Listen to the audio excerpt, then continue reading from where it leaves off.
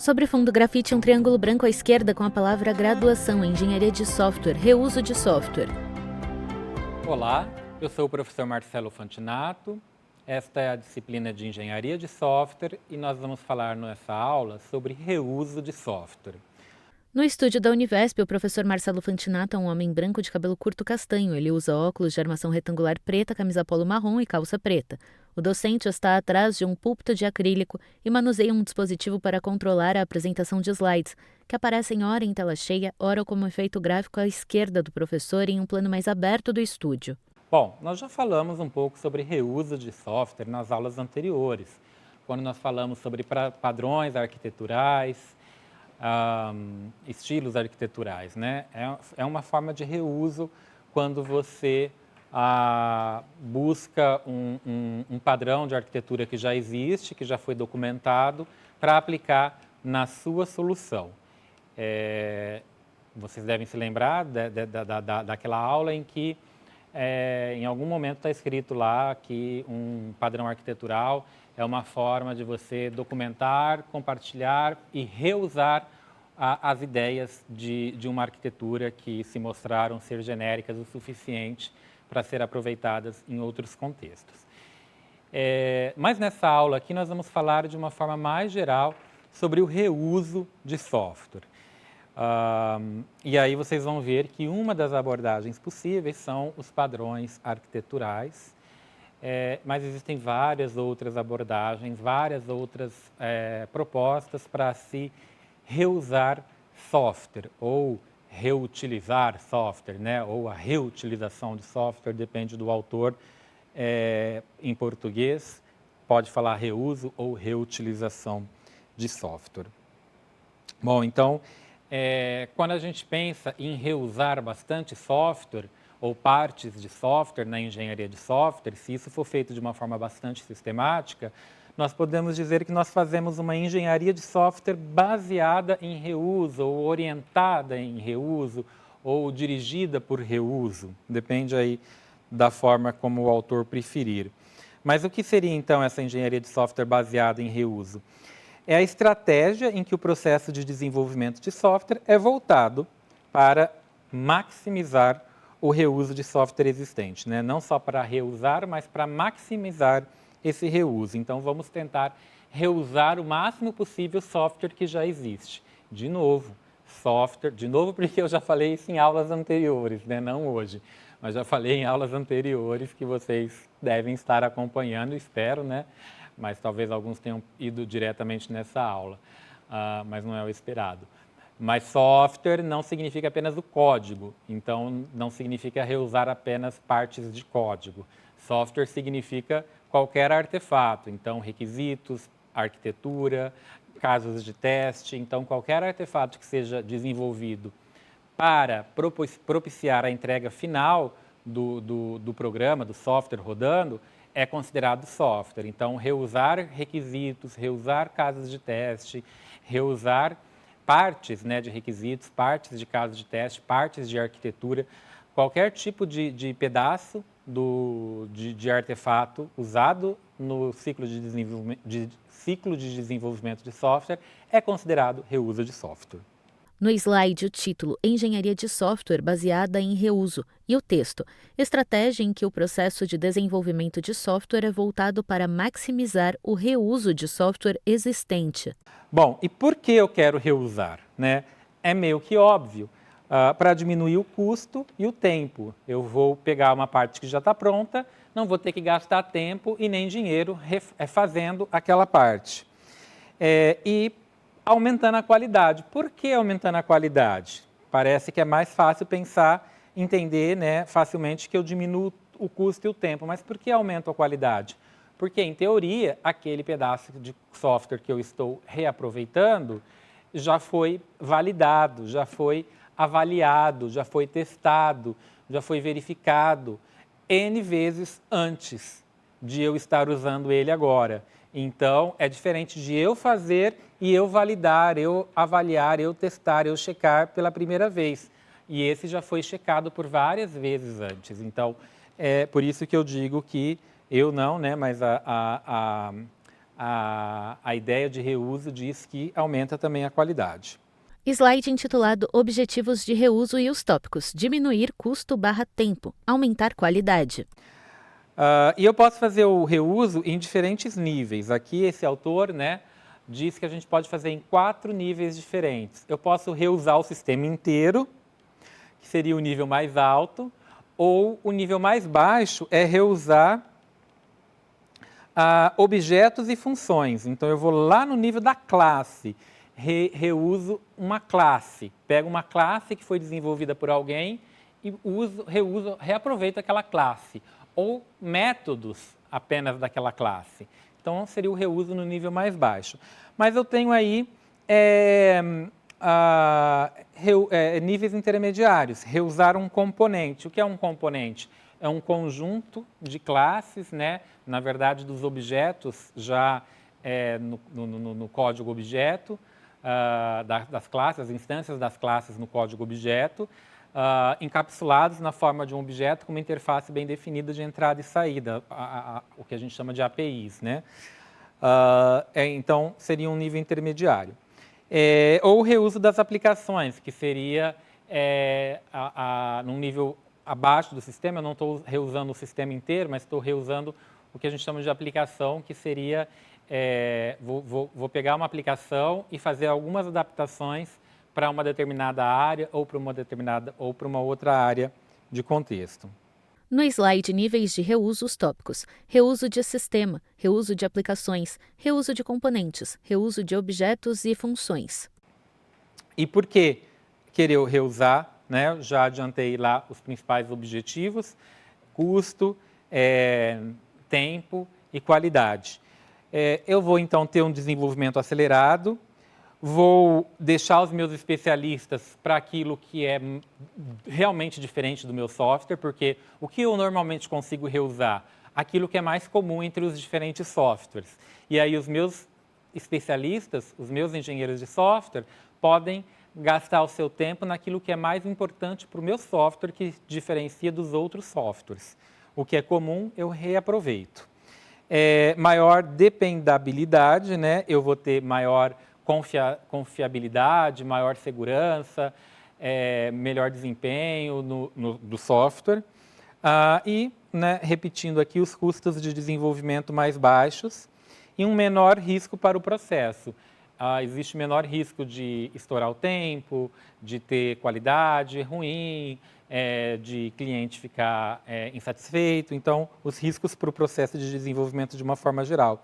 E também eu posso ter maior conformidade com padrões, assumindo que aqueles componentes, assumindo que aquelas partes do software que eu estou reusando já passaram por uma validação de conformidade com padrões.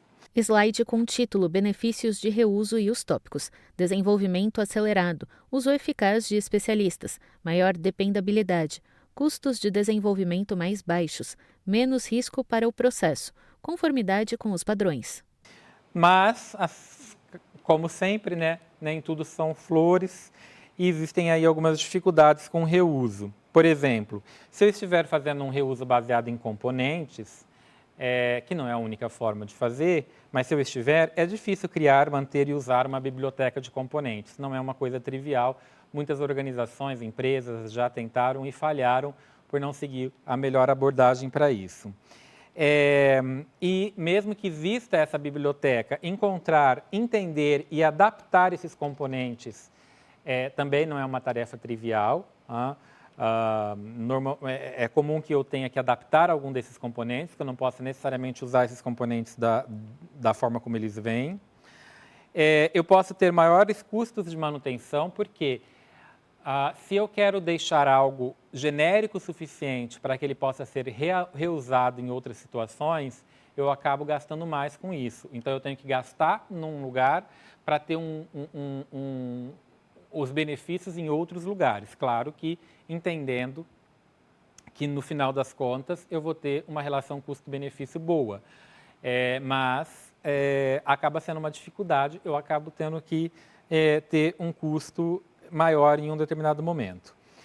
E não existem, assim, ferramentas totalmente diretamente direcionadas com reuso. Não é algo que você acha facilmente apoio nas ferramentas comercialmente disponíveis. Existe ainda muito protótipo e muito ainda na área acadêmica. Slide intitulado Dificuldades com reuso. Abaixo o texto. Criar, manter e usar uma biblioteca de componentes. Encontrar, entender e adaptar componentes reusáveis. Maiores custos de manutenção. Falta de apoio da ferramenta. Bom, eu tinha mencionado que existem várias abordagens para reuso. E aqui nessa figura eu tenho uma simples ilustração de algumas dessas abordagens.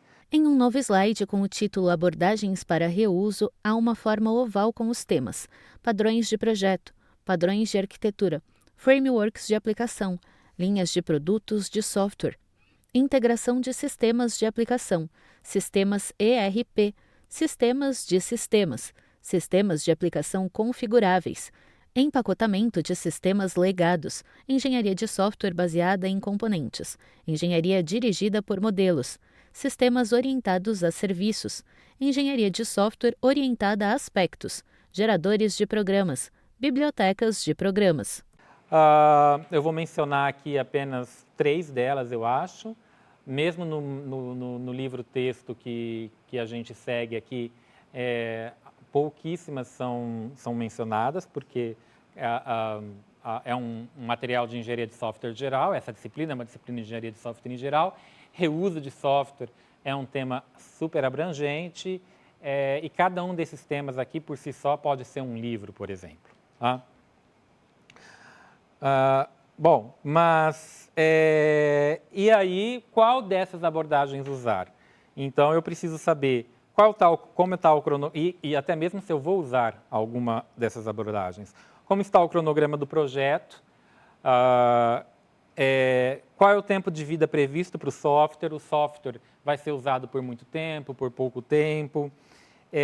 Formações e habilidades e a experiência da equipe, porque para usar o reuso, para aplicar o reuso, eu preciso de uma certa experiência, de uma certa maturidade da equipe de desenvolvimento, e a criticidade do software e seus requisitos não funcionais. Então, e também o domínio de aplicação são fatores que eu tenho que levar em consideração na hora de analisar, para saber qual daquelas abordagens eu vou querer usar para reuso. E ainda tinha mais uma aqui que eu tinha perdido: a plataforma em que o sistema será executado. No slide Fatores para decisão, os tópicos: o cronograma do projeto, o tempo de vida previsto para o software, a formação, as habilidades e a experiência da equipe, a criticidade do software e seus requisitos não funcionais, o domínio de aplicação, a plataforma em que o sistema será executado. Bom, então eu havia mencionado que eu falaria de 3, eu vou falar dessas 3 aqui, olha. A engenharia de software baseada em componentes, é um item que a gente sempre ouve falar bastante: desenvolvimento baseado em componentes, os componentes de software. Os padrões de projeto, que eu já mencionei em aulas anteriores. Nós falamos já em aula anterior especificamente dos padrões de arquitetura, mas existem os padrões de projeto, certo? Como a arquitetura faz parte do projeto, de certa forma, os padrões de arquitetura é um tipo específico de padrões de projeto, mas nós vamos falar ainda sobre padrões de projeto de uma forma geral. Em novo slide surge a figura oval com os temas. Nela estão circulados em vermelho padrões de projeto, frameworks de aplicação e engenharia de software baseada em componentes. Não ainda na aula de hoje, nessa aula aqui agora. E também vamos falar sobre frameworks de aplicação. Começando agora com os frameworks de aplicação. Framework, para quem é desenvolvedor, já trabalha bastante com desenvolvimento, com programação, possivelmente já trabalhou com frameworks de aplicação. Não sei se necessariamente entende isso como uma abordagem de reuso, uma abordagem sistemática de reuso dentro da engenharia de software, ou apenas como uma ferramenta que ajuda no desenvolvimento. Mas, sendo purista nas definições, isso que vocês usam é uma abordagem de reuso da engenharia de software, né? Mas o que são esses frameworks de aplicação? São estruturas que vocês usam, estruturas, né? Estrutura é a tradução em português para framework, né? Então, são estruturas genéricas estendidas para criar um subsistema ou aplicação mais específica. Então, um framework de aplicação é uma estrutura que vocês usam para quando vocês vão desenvolver um sistema, um software, que já vem semi-pronto e vocês adicionam coisas a mais, vocês codificam coisas a mais. Então, um exemplo clássico tem um que chama Hibernate, né, que é muito famoso, por exemplo, provavelmente vocês já usaram ou já ouviram falar, mas por exemplo, um framework, né, provavelmente vocês só conhecem como framework, não como framework de aplicação, mas a palavra framework é muito genérica, e esse é um framework de aplicação. Vocês baixam esse framework de aplicação e ele já está semi-pronto, ele já vem com um monte de coisa programada que alguém fez, alguma empresa, algum usuário, algum programador, algum conjunto de programadores, e deixou semi-pronto para vocês usarem e incorporarem na aplicação de vocês, de forma que vocês só têm que adicionar o código próprio de vocês, específico para a aplicação de vocês, né? No caso, para fazer a comunicação com o banco de dados num software que seja, por exemplo, orientado a objetos. Então, essa é a ideia, né, de um framework de aplicação. É uma estrutura genérica que você vai estender. Quando eu digo você vai pôr o código próprio de vocês a mais, é porque vocês estão estendendo aquela estrutura genérica para criar um subsistema ou aplicações mais específicas. Então, é um conjunto integrado de artefatos de software, por exemplo, que são classes, objetos ou componentes que já existem, que colaboram para proporcionar uma arquitetura reusável para uma família de aplicações relacionadas. Então, de certa forma, quando vocês escolhem, por exemplo, usar o Hibernate, vocês já estão escolhendo, de certa forma, uma arquitetura de software. Na verdade, vocês deveriam ter primeiro escolhido a arquitetura de software, conceitualmente falando, para depois falar, eu posso, então, agora usar aquele framework de aplicação, certo? Slide intitulado Frameworks de aplicação, as definições. Estruturas genéricas estendidas para criar um subsistema ou aplicação mais específicos.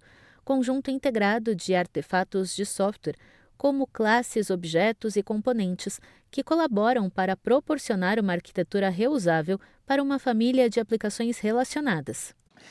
Inclusive, eu vou mencionar aqui que existe um framework que é o MVC, para o padrão MVC, né? Provavelmente vocês conheceram o MVC pelo framework, é possível que vocês tenham conhecido o termo MVC pelo framework MVC e não pelo estilo arquitetural MVC. Mas primeiro surgiu o padrão arquitetural MVC como um conceito e depois o framework de aplicação MVC, que é algo que já vem pronto para vocês estenderem para a própria solução de vocês. Então, o framework de aplicação, ele fornece apoio às características genéricas que tendem a ser usadas em todas as aplicações de um tipo parecido. Por isso que ele se chama framework de aplicação, porque ele é genérico para qualquer aplicação de um tipo parecido.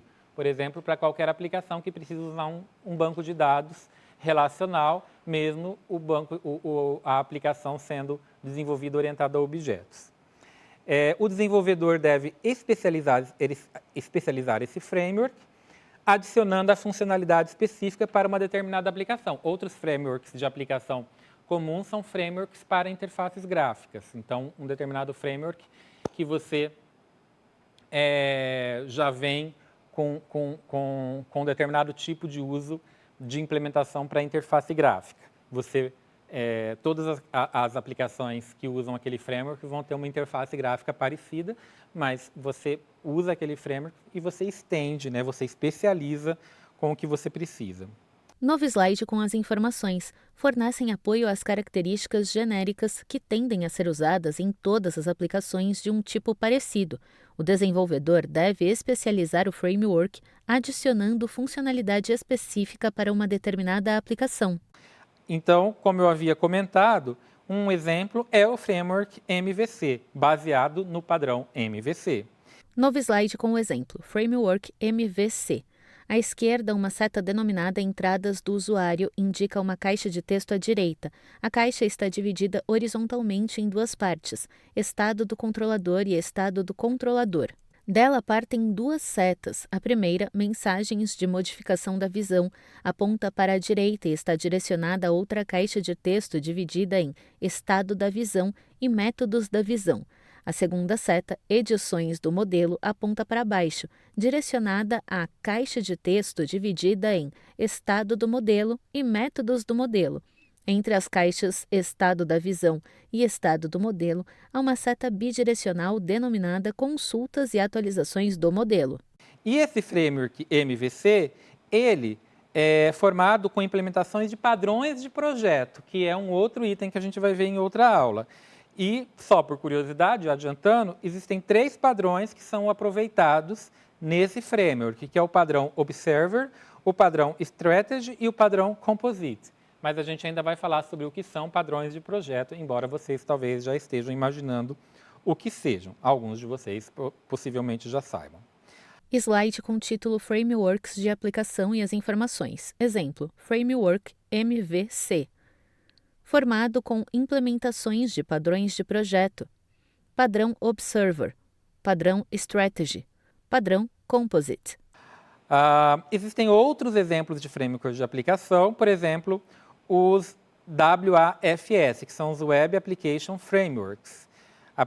Frameworks, né, de aplicações web. São frameworks que, para quem vai desenvolver um sistema web, com páginas web, usam esses frameworks para já pegar um monte de coisa pronta, que é o jargão, né? A forma da gente usar. Ele já traz um monte de coisa pronta. Por exemplo, já traz, né, eu vou desenvolver um sistema web com páginas web, ele já traz, por exemplo, integração com banco de dados. Novo slide com as informações. Exemplo, WAFS, Web Application Frameworks. Proporcionem segurança da informação, página web dinâmicas, integração com BD, gestão de sessão, interação do usuário.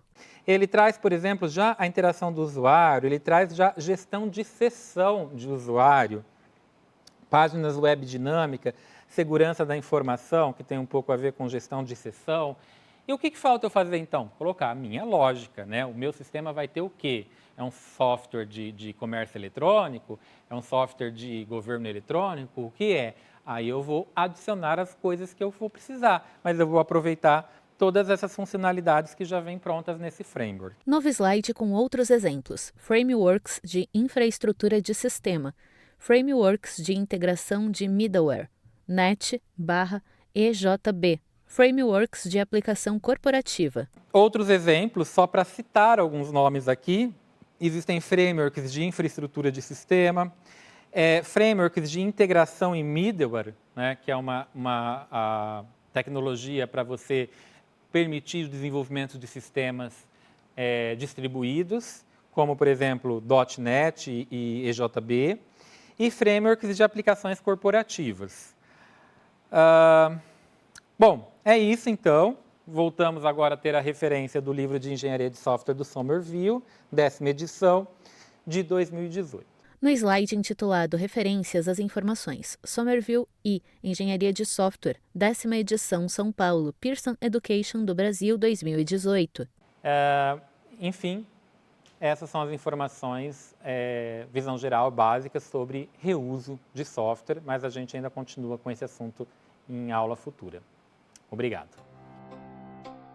Sobre fundo branco, 2 retângulos vinho e cinza alternam-se nas laterais. No centro da tela, os créditos em letras pretas. Governo do Estado de São Paulo, Secretaria de Desenvolvimento Econômico, Ciência, Tecnologia e Inovação, Universidade Virtual do Estado de São Paulo, Univesp. Presidente Rodolfo Jardim de Azevedo, diretora acadêmica Simone Teres. Audiodescrição Núcleo de Acessibilidade Flicts. Roteiro Samara Oda, revisão Marina Bragiato, consultoria Sidney Tobias, gravação Leandro Ribeiro, narração Thaís Lenk.